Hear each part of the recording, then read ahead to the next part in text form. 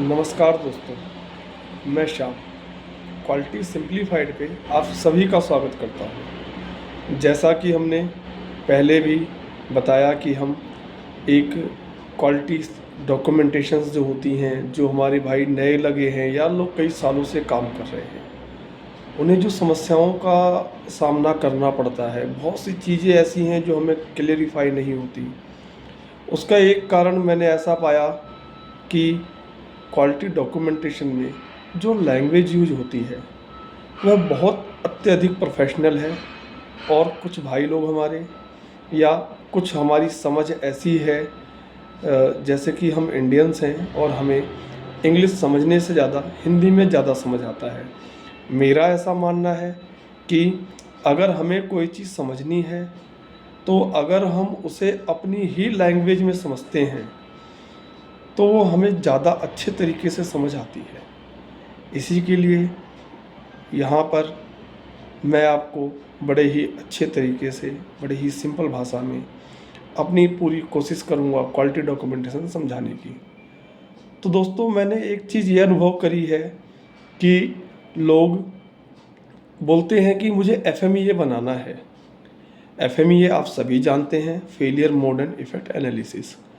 यह ऐसे नहीं बन सकता कि आप सीधा जाएं और FMEA किसी भी प्रोसेस का बना दें। उसका एक स्टेप है। स्टेप क्या है? सबसे पहले आपके पास प्रोसेस फ्लो डायग्राम होना चाहिए। प्रोसेस फ्लो डायग्राम डिजाइन करना पड़ेगा आपको अगर नया प्रोसेस है। यदि किसी आप एग्जिस्टिंग प्रोसेस में या पहले आपने किसी दूसरी कंपनी को ज्वाइन किया है, वहाँ पर पहले से ही PFD बना हुआ है, PFD को प्रोसेस फ्लो डायग्राम कहते हैं, आप सब जानते हैं। तो PFD में जो ऑपरेशंस हैं, जैसे हम ऑपरेशन को डिमोनेट करते हैं OP10, OP20, OP30, इस तरह से। तो जो OP10 है वो OP10 फिक्स मान के चलिए, वही OP10 आपका FMEA में भी आपको कंसीडर करना है।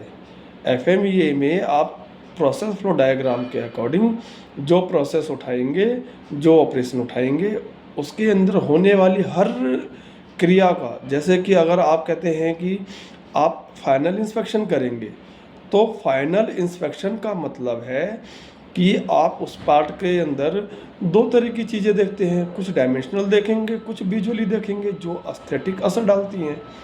तो एस्थेटिक देखने में क्या फेलियर मोड हो सकता है, उसका क्या इम्पैक्ट पड़ सकता है, आप उसका एनालिसिस करेंगे। डायमेंशनली क्या गलतियाँ हो सकती हैं और कैसे गलत माल आगे जा सकता है और उसे आप कैसे आगे जाने से रोक सकते हैं, या अगर आगे चला जाता था उसका क्या इम्पैक्ट पड़ेगा, ये चीज़ें आप एनालाइज करेंगे।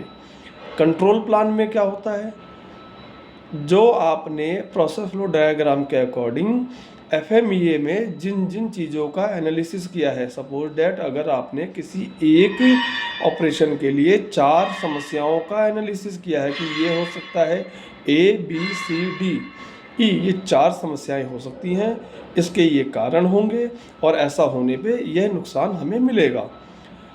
इस केस में जब आप कंट्रोल प्लान पे जाएंगे तो सेम उसी प्रोसेस में आपको वो ABCDE चारों जो कॉजेज़ हैं, ऐसा हो सकता है जो आपने पहले FME में डिसाइड किया है वो लिखेंगे।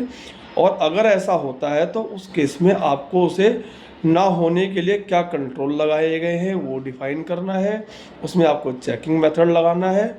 और उसके बाद एक कंट्रोल प्लान में पॉइंट होता है रिएक्शन प्लान।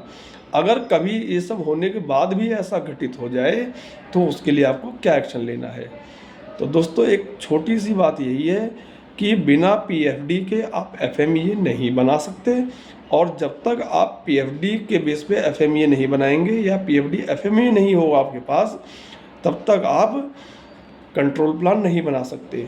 कई बार ऑडिट्स में ऑडिटर हमारी यही चीज़ें मॉनिटर करता है कि PFD में तो हमने 12 स्टेप दिखा दिए, FMEA में हमने 8 स्टेप दिखाए और हम कंट्रोल प्लान में 10 स्टेप का कंट्रोल कर रहे हैं। तो ये गलत है। अगर हमने 12 स्टेप प्रोसेस फ्लो डायग्राम में दिखाए हैं तो हमें 12 ही step failure mode and effect analysis में दिखाना है, और उन्हीं 12 का ही हमें step by step control plan में कंट्रोलिंग दिखाना है। और अधिक जानकारी के लिए आप मेरा ये quality QMS simplified channel subscribe कर सकते हैं। मेरा लिंक्डइन चैनल भी मैं डिस्क्रिप्शन में डाल दूंगा, आप मेरे लिंक्डइन प्रोफाइल को फॉलो कर सकते हैं। आप सभी का वीडियो देखने के लिए बहुत बहुत धन्यवाद। आपसे उम्मीद करता हूँ आप मेरी वीडियो को लाइक करेंगे, सब्सक्राइब करेंगे और अपने दोस्तों से शेयर करेंगे। धन्यवाद।